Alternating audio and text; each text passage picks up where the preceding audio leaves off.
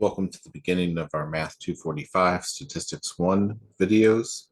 In this video, we'll be discussing 1.1 Objective 1, where we distinguish between a population and a sample.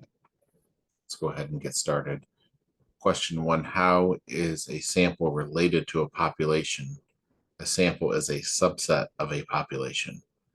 That's B. Why is a sample used more often than a population? A, usually it is impossible to count the entire population. Let's determine whether the statement is true or false, and if it is false, rewrite it as a true statement.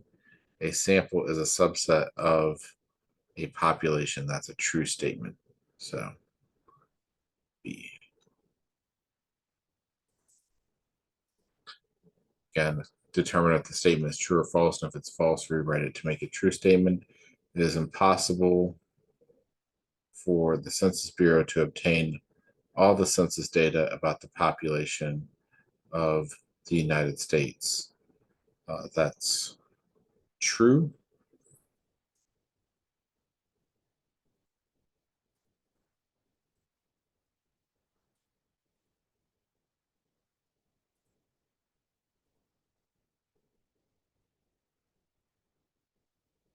All right. Let's go ahead and look at number 5. Determine whether the statement is true or false. If it is false, rewrite it as a true statement. A population is the collection of some outcomes, responses, measurements, or counts that are of interest. That's false. A population is the collection of all outcomes, responses, measurements, or counts that are of interest. So that's A.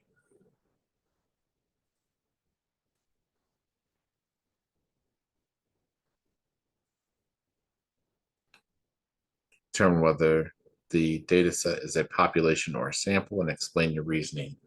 The number of floors in each home in a town. So that would be a population because it is a collection of the number of floors for all homes in the town. So that's B.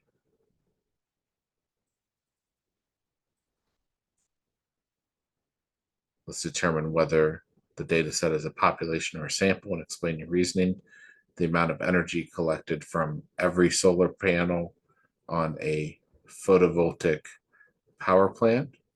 So that would be a population. That's C. The data set is a population because it is a collection of the energy collected from all being the keyword there, all of the solar panels in a photovoltaic power plant.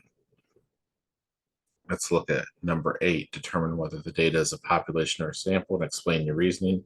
A survey, there's our keyword, survey of 500 spectators from a stadium with 42,000 spectators. So this is a subset. This is a sample. So A, it's a sample because a collection of 500 spectators. Surveys is a subset of the spectators in the stadium. So that's A.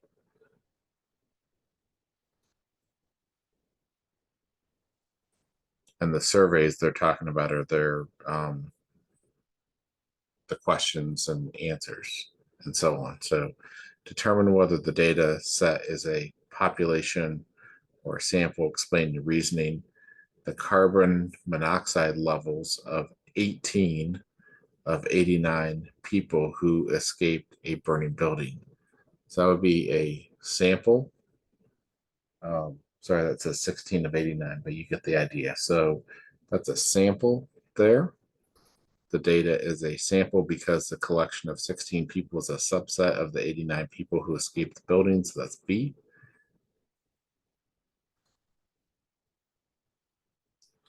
Let's go on, look at number 10, determine whether the data set is a population or a sample and explain your reasoning. The number of electoral college votes for each state in the US and the District of Columbia. So the data set is a population because it's a collection of electoral college votes for all 50 states and the District of Columbia. So that's A.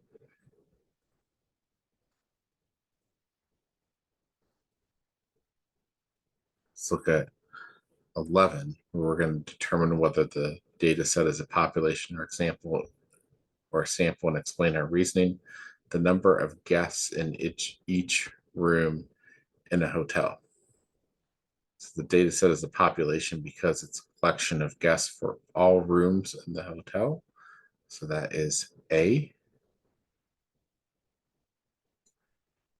Now determine whether the data set is a population or a sample and explain your reasoning. The number of children for each household in a town. That's going to be a population because it's a collection of the number of children for all households in the town. So that's C. And then 13, determine whether the data set is a population or a sample and explain your reasoning. The ages of 13 members of a legislature. So that would be a sample because it is a collection of ages for some members of the legislature. So that's C. All right, that's it for this video. We'll come back next time and talk about 1.1 Objective 2. See you for the next video.